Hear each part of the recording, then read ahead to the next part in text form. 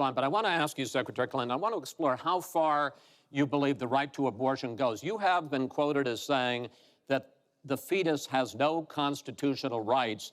You also voted against a ban on late-term partial birth abortions.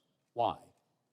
Because Roe v. Wade very clearly sets out that there can be regulations on abortion so long as the life and the health of the mother are taken into account.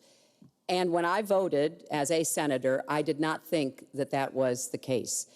The kinds of cases that fall at the end of pregnancy are often the most heartbreaking, painful decisions for families to make. I have met with women who, toward the end of their pregnancy, get the worst news one could get, that their health is in jeopardy if they continue to carry to term, or that something terrible has happened or just been discovered about the pregnancy.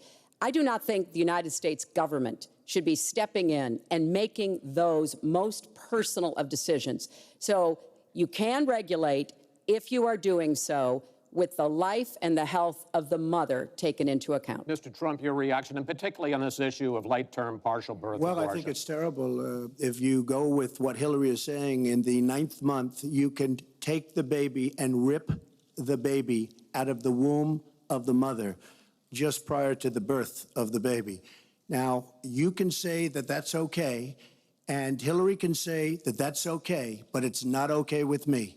Because based on what she's saying and based on where she's going and where she's been, you can take the baby and rip the baby out of the womb in the 9th month on the final day. And that's not acceptable. Well, that is not what happens in these cases. And using that kind of scare rhetoric is just terribly unfortunate.